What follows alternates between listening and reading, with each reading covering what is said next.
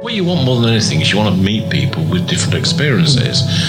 And I've always sort of found you would see things that you would not automatically have come across. Hello and welcome to the Parliamentary Review podcast, the podcast that puts leadership in the limelight. I'm Jonathan White, and in each episode I'm joined by directors, CEOs, CFOs, government ministers, chairmen, presidents, maybe one day even the Speaker of the House of Commons. With or without the wig, Sir Lindsay, your choice. The aim is to discover who these people are, the people who get up each morning and make the world work. We discuss everything from the future of the country's energy network to the best way of getting people off of welfare and into work, and of course, the innovation and success in the country that make it all worthwhile in the end. We also get their take on the current political and economic state of the country. Later on in this episode, you'll have the chance to hear our exclusive interview with Lord Pickles, former Secretary of State for Communities and Local Government, Chairman of the Conservative Party, and of course, the current co-chairman of the Parliamentary Review. But for now, we're joined by Richard Heaton, Associate Director of Protec Fire and Security.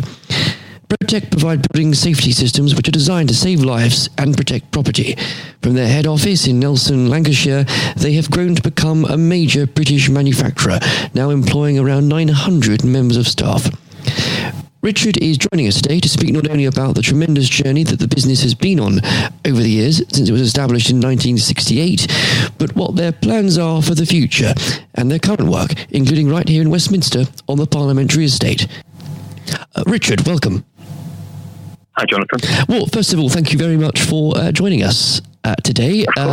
And I thought it might be a pleasant enough place to start. It's been a few months, obviously, since Protec has been in the review. I think the listeners would love to know how the team and the business have been doing.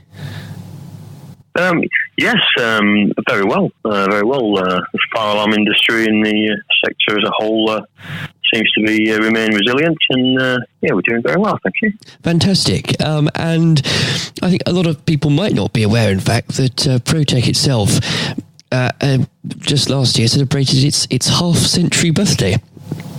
That's right, yes. And 51... Yes, sorry, go ahead, Richard.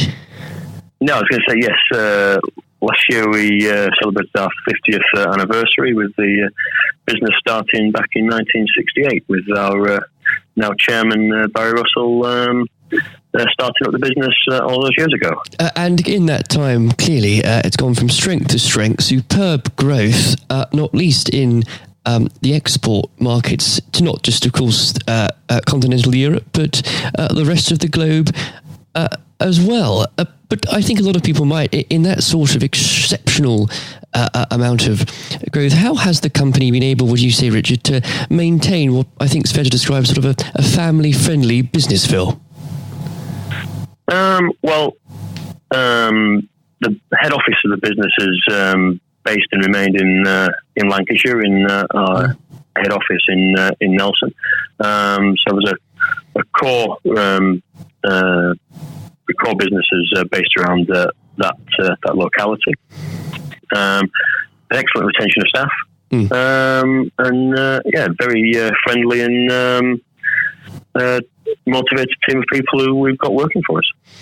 Fantastic, and unlike many others in the sector, and indeed more generally, Protec also remains a UK-based manufacturer. And obviously that's something you've striven towards, and it's not always easy. How have you managed this over the years, Richard, especially in terms of, staying commercially competitive? Well, our manufacturing evolved back in the early days where we identified, or should I say, our now chairman, Barry Russell, identified that he was struggling to source good, reliable products in the marketplace. So back in the late 60s, early 70s, embarked on manufacturing our own high-quality products. That's maintained its way through the business throughout the years. But also, we also invest a lot of money into R&D, and we have our in-house R&D department to constantly striving to create new products and generate, listen to our clients and customers to find out what they require and push the boundaries of technologies. And I think that's a great point you bring up, Richard. It's something that shouldn't be understated at how important it is, not just to stay competitive yourselves, but for the future of the market more generally, at how much time you do focus on product design and development. And I think we should also bring up the fact that when your products are installed, you'll ensure that there is a very high level of an after-sales service and indeed maintenance. That's right. Obviously operating 24-hour, 365 aftercare service to our maintenance customers. Again, carrying out a similar operation across the Palace of Westminster.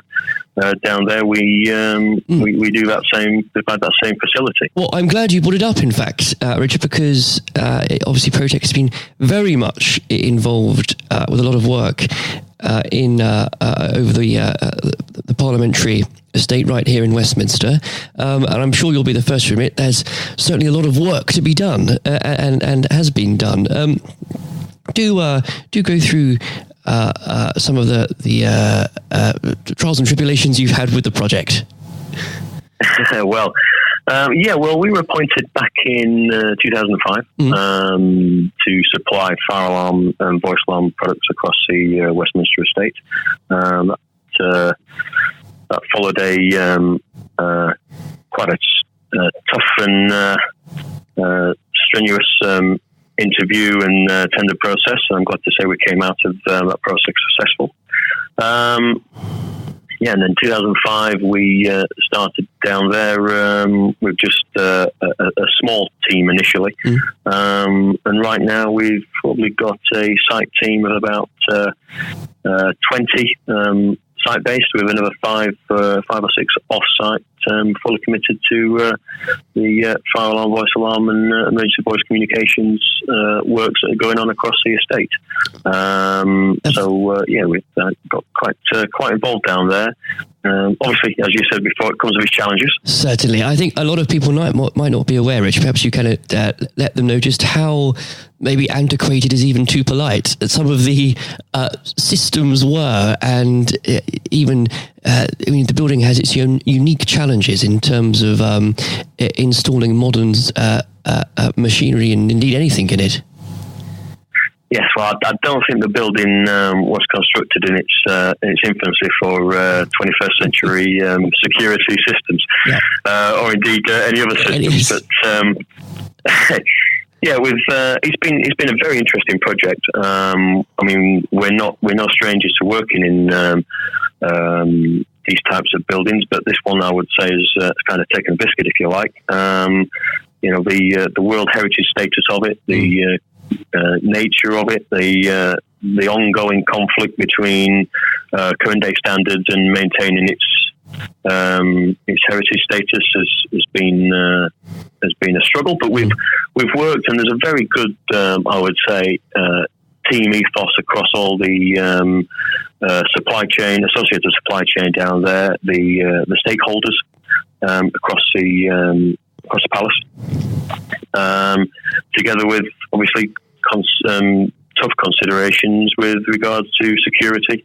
As I said before, the potential conflict sometimes between stakeholders, and not least the fact that the building was certainly more than I could possibly envisage.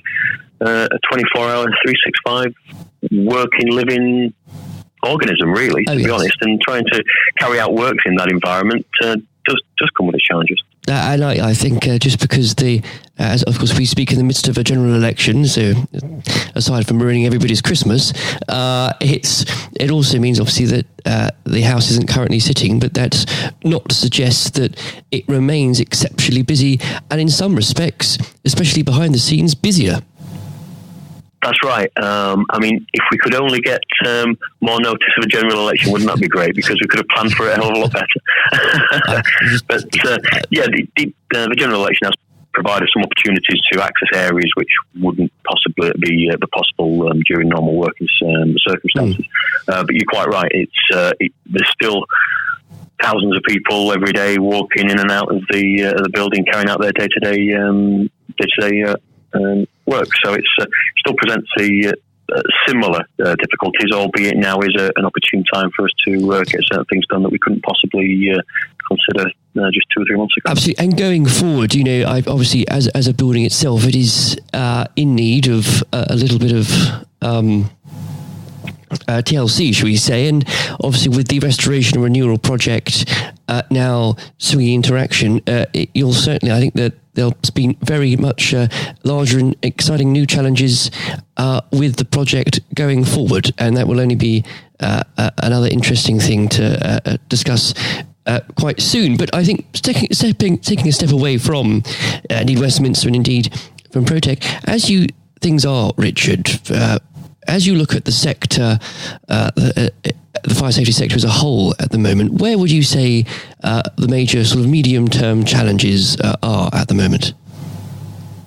In terms of the challenges, I think there has been a downturn in new build construction. Yes. Which obviously would benefit from our industry, the fire and security industry, tends to be reactive to that sector. So the construction sector, we tend to follow on from that. We are resilient, as we mentioned before. The fact that we're maintenance and service provider as well does mean that we're a service-based business as well as new install business. But the construction industry, construction sector, should I say, does account for a large proportion of our turnover. And new build works just seem to have slowed down, and that's both public and private capital projects. But not to the extent where it's stagnated. It's going backwards. I would suggest it's probably just stagnated somewhat over the last couple of years. So that would be one area where we could benefit from some growth in that side of the industry. Indeed, and obviously one of the great strengths, of course, about Protec is that whether it's the Palace of Westminster or anything else, the number of sectors you work across is exceptionally broad, and so which is a great thing to be able to have. Your point on obviously the construction sector and slowdown in construction is very key. And not only those in your sector, Richard, but in so many others, it affects them greatly. This year hasn't been obviously a great one for construction GDP figures. It's something, I think, and let me know, Richard, your thoughts on this. A lot of people obviously, I hate to use the B word, but we're going to have to, I'm afraid, do think that this uncertainty regarding Brexit, now more than ever perhaps, as we don't know the result this Thursday, has meant that there has been a slowdown in investment in the sector. And that really is the major factor in that slowdown. Yeah, I think in terms of the B word, I would suggest that's possibly where we have our that has the greatest impact, should I say, on Protec. With regards to Brexit in general, we're pretty confident that we're able to meet the challenges of either scenario. As you said at the outset, we export beyond the shores of Europe, across the world, so we're reasonably resilient there. Obviously, we do a lot of exporting across the EU as well. But certainly I would suggest that any slowdown in investment of capital projects in the construction industry would probably have a larger effect on the business and and I think specific to do with Brexit. I think the great hope is that whilst there has been this slowdown in construction, as far as we can tell, and you look at the figures, it's all you can go by, it's not that the investment is going anywhere else. You do get the... No, it just seems to be put on hold. Exactly, which is so frustrating, but it's very much, you're spot on, Richard, people sitting on their hands. And if and it is a big if at this stage, because after the last few years, who dares predict anything anymore? If the new Parliament were to pass the Conservatives' withdrawal act, then you do get the feeling that perhaps 2020 might see that investment spill forward into the market. I would expect so. We would certainly hope so. And I think that's both capital investment and public investment as well, which would obviously be great for the sector as a whole.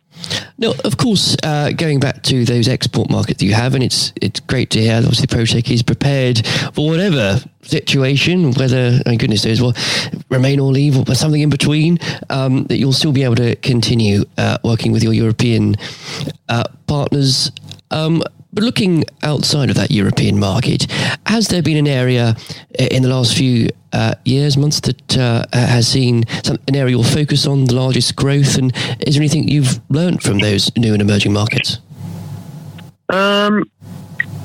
We've been doing a lot of work in the Middle East. As you expect, we've got some unique products out there which do seem to be very popular and turning the eye of a lot of our international clients.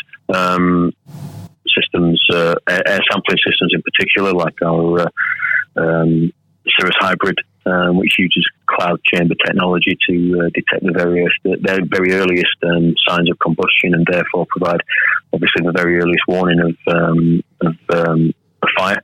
That seems to be a very popular product that we're able to, or should I say, that's met by our clients as a extremely demanding product to them. I would suggest the Middle East, the Australasia, together with Asia itself. Well, it'll be a fantastic an interesting future, because obviously I know that the work you do around the globe is very respected, and of course only growing. I'm conscious of the time here, so perhaps we should just together now look to the future. What are the plans for Protec going forward in the next 12 months or so? Well, the next 12 months, we've got lots of exciting work going on with large projects up and down the country. Again, bolster our export sales. We have partners in across the world, together with sister companies in Spain and Australia, which we will work with to develop our businesses in those areas. And also we do a lot of work with across the custodial estates.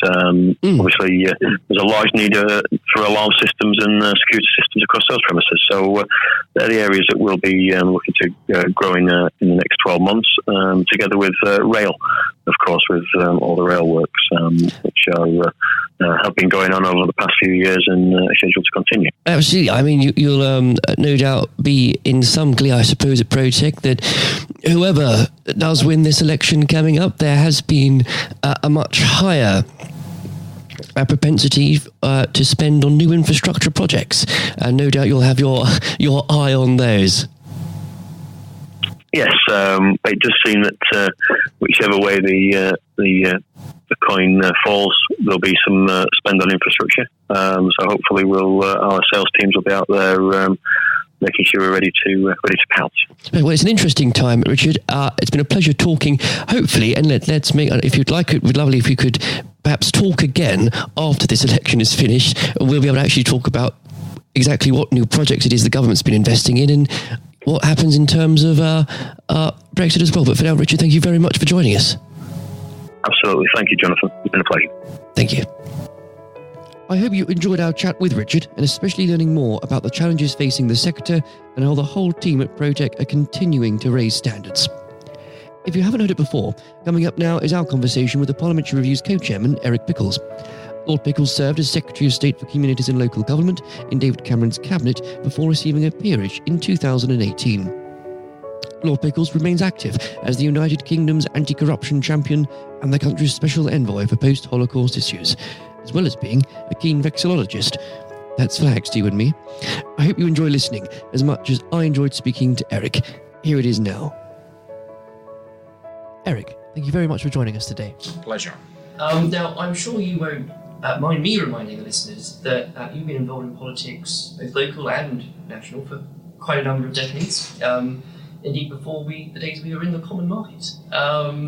Given your experience over those years, what thoughts have you had over the last few weeks and months about the current political situation the country finds itself in? Situation is quite dire because we have a parliament that is by and large useless. It's like a bored teenager on a long drive, and it knows what it doesn't want, and it's so bored with Brexit, but it can't agree. So no matter what you put up, it's against it. Are you in favour of a referendum? No, I don't want that. Are you in favour of remaining within the single market? No, I don't want that. Are you in favour of... No, I don't want to do that. No. And are you in favour of leaving without a deal? No, we don't want to do that. So it's against everything, but there isn't enough votes to be in favour of something. And it could be by the time this podcast goes out that Boris has started on the process of the bill, because we'll be voting on that today.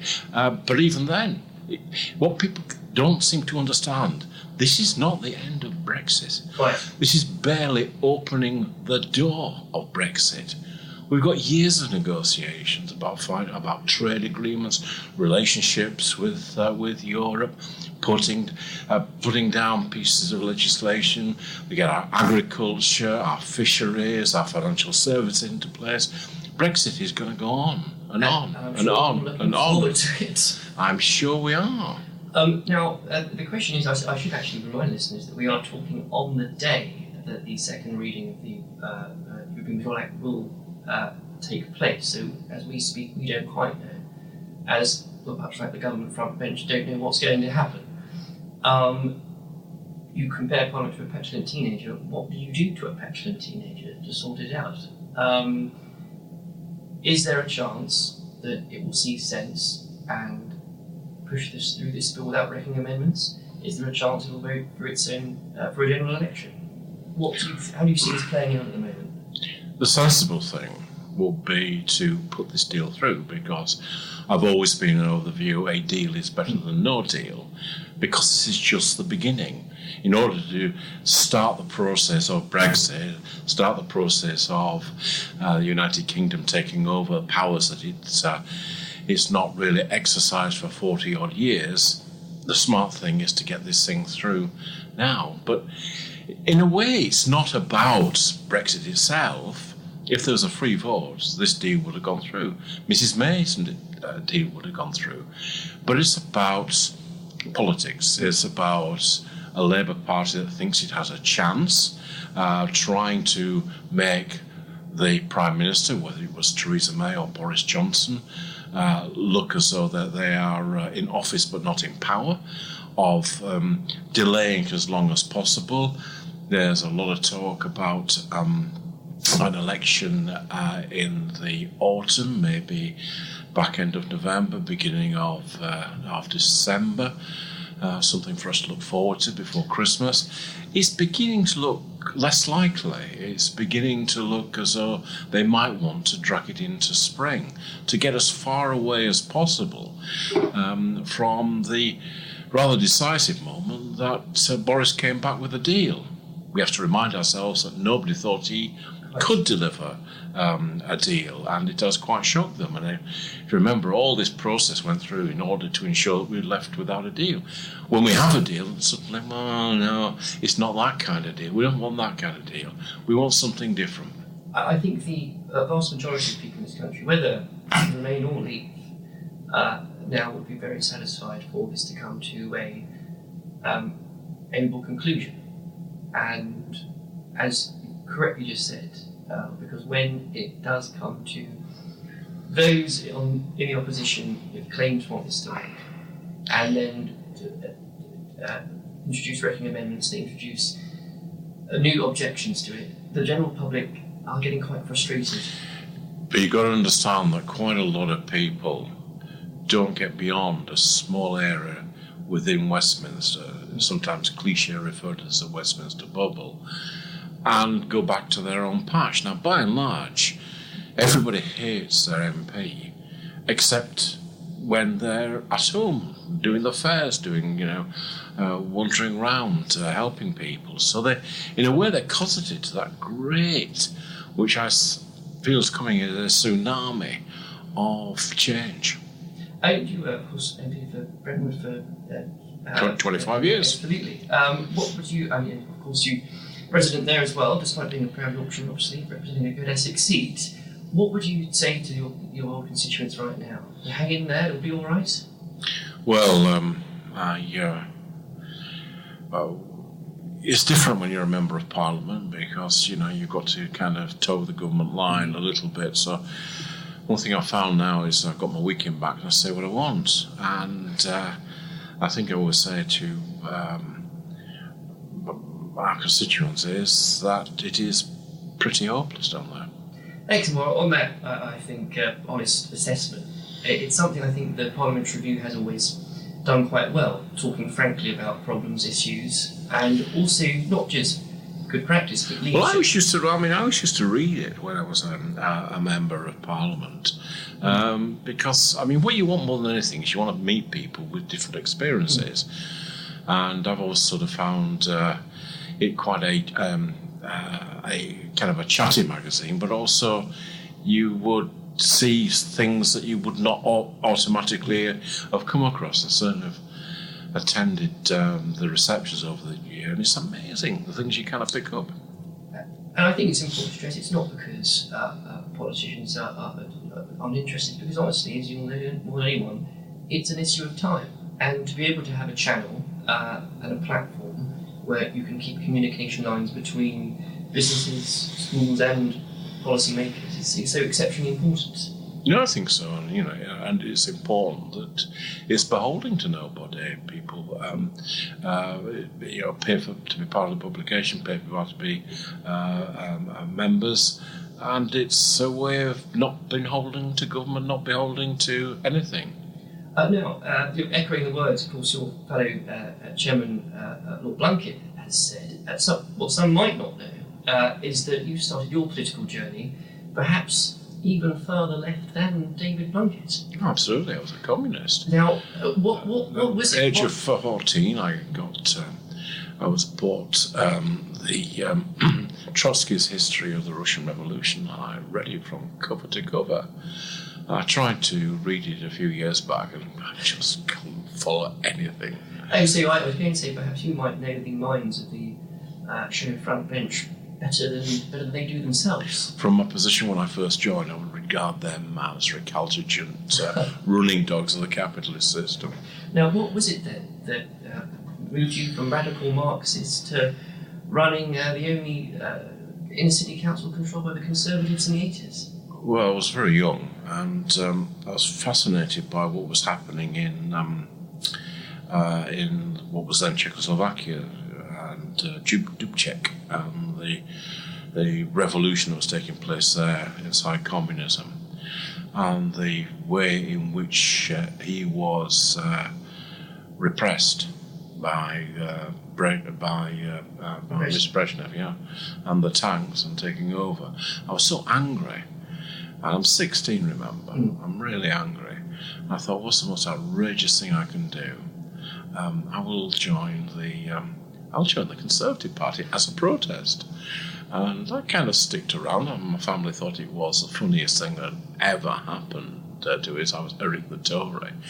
And I think you announced this quite grandly as a grand protest. I did indeed, but I kept going down, and it was an exciting time.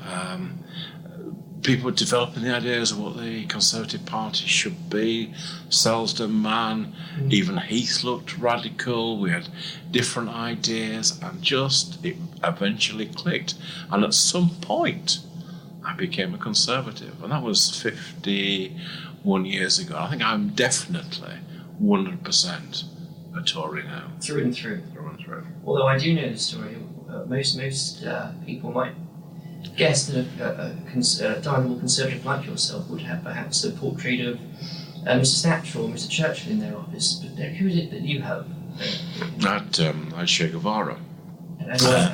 Which always, I always had him over my left shoulder for visitors, and they always used to kind of, you see their eyes going up and thinking, who, I can't possibly be it. Someone asked me if it was Desi Arnaz. I thought it was married to Lucille Ball. But no, the reason I did that was to remind me and to remind my officials that without constant vigilance, the cigar-chomping commies would take over.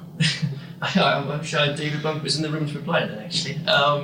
But in that long journey, you eventually ended up, of course, in 2010, doing something most Conservative had never thought they would have to do, but in a coalition government with, of all people, the Liberal Democrats. That's right. Now, for something I think perhaps today more than ever, people and our politics seems to be almost wholly determined on how we voted in a referendum 3 years ago. Yeah, I mean, the most normal thing would happen after something like that would be the country would come together, and if anything, we're more divided. I mean, I thought working in the coalition, I'm proud to have been part of that coalition. I'm proud to have worked alongside the Liberal Democrats, who I think realised that, like all minority partners in a coalition, they would suffer at the polls. Do you think we've lost the ability recently as a people to work with those that we might disagree with on issues more than we used to? I'm not sure that's right. I mean, you can see various members of the Conservative Party working closely with Liberal Democrats and Labour to defeat their own government, but it's not a thing I think I would want to encourage. Quite. And I should remind listeners, we are recording this in Victoria, just over the road at Cardinal Place, a fantastically new development site which wouldn't have been there without some of your legislation. What was the proudest? I personally approved it. Absolutely. What was the proudest moment, do you think, in serving Secretary of State for 5 years? It's my actual proudest moment. We did a thing called Troubled Families, which was the first centre-right attempt to deal with poverty and to deal with difficult families that were causing a disproportionately large amount of call upon the state, and it was on the basis of tough love. It's on the basis of getting people into jobs. It was about dealing with the kind of the family as a whole, not just one or two individuals that were having a problem. And I'm pleased that it's continued. And since, I should very much stress that since, of course, you're stepped down being an MP, you do have your weekends back, but that's not to say you haven't remained very active and very busy. Of course, continues the government's anti-corruption champion, shone the harsh light of day over malpractice in the local government. Indeed, the Queen's speech we've just had includes some of your recommendations from 2016. I think a couple of things on that. First of all, are you surprised, I may imagine you may not be, at some of the backlash towards, in this country, introducing voter ID for voting?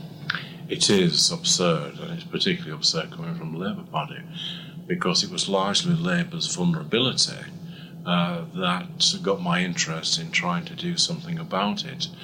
And it's a bit like saying, you're requiring people to show some ID, that this is suppressing voting. It's a bit like saying that the post office is suppressing parcels because they demand to see some ID. I think they've got a bee into their bonnet that this is something like that goes in the state to repress it. It's not. It's about giving confidence to the system. Now, the Electoral Commission and foreign observers have warned us for such a long time that our electoral system is vulnerable. And it's to misquote John Major, we are really sort of old maids cycling to evensong and warband. Yeah, I mean, it's such a basic thing. It's an important thing. And it was kind of interesting in some of the trials. They did a focus group with a bunch of young Asian girls. And they said they thought the process of a photo ID would actually give them a greater confidence in the fairness of the system. I make all kinds of recommendations to stop postal vote harvesting, to stop various fraud taking place, to stop intimidation at counts, to stop intimidation outside polling stations. I think you referenced it earlier, the Westminster bubble. A lot of the places where this occurs and the places where this does go on are places where perhaps many people in the press don't usually go to. No, I don't. We saw a YouGov poll that said the overwhelming majority, well in the 60%, thought this idea was sensible. Yeah, and I imagine you're quite proud that recommendation is in the speech. Yes, I mean, I'm a bit frustrated they didn't do it sooner, but nevertheless, I'm very happy that they are doing it. It's as if the government's time has been taken up by something else and we've not focused on anything domestic. Absolutely. But with a man, though, with his roots in local government, do you think, and how much you've worked with that report, especially looking at them carefully, how would you rate our current state of local municipal politics? Local government's very good. I mean, local government, don't get me wrong, it's by and large corruption-free, and it does a remarkably good job. And it was, in truth, my worries about local government and that these measures were brought in. I don't believe the fraud is big enough to be able to take a parliamentary seat, but it is big enough to take a council.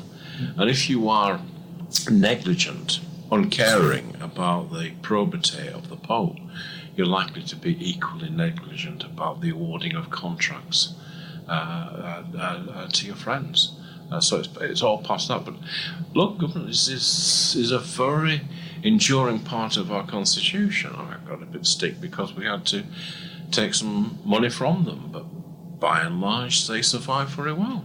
Excellent. Now, beyond obviously that work, you're also, of course, the British envoy for post-Holocaust issues. Yeah, sure. I think it very dear to your heart.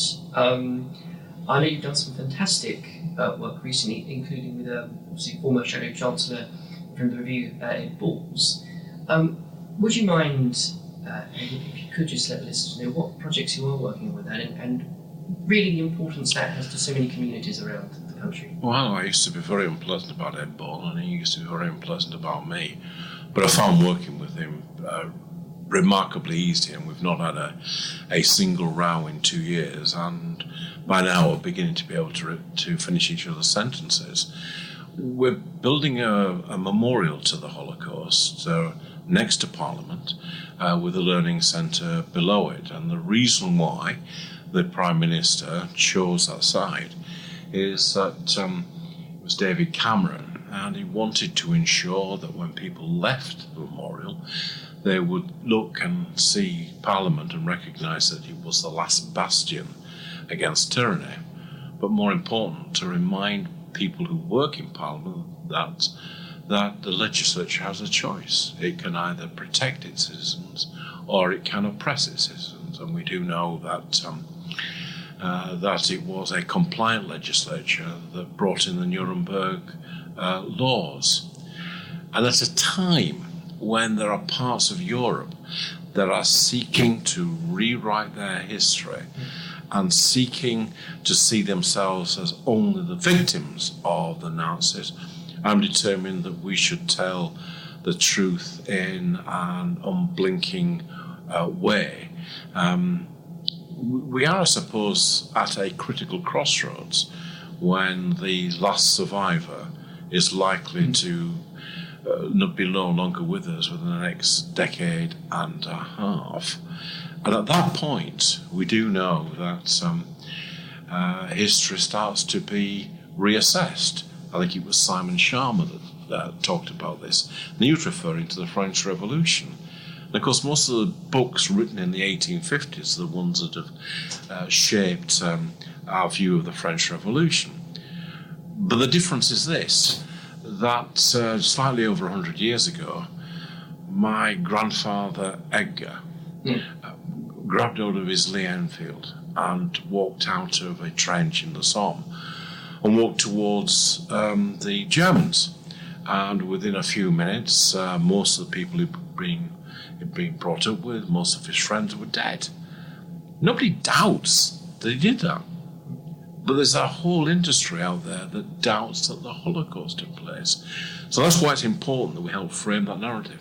And you reference as well, it's so important, especially at this time of history, after 7 years afterwards, that young people in schools get the correct education about it. How do we compare as a country in doing that compared to some of our European friends? We I think, compare remarkably well, particularly because we've got a mixture of things. We ensure through the lessons of Auschwitz that 2 pupils from every secondary school go to Auschwitz each year, that they have a preliminary meeting, a visit and a wrap-up. We ensure that Holocaust Day is remembered in January. Now, I can remember starting that, or not starting it, but being part of a foot soldier of people that put it together.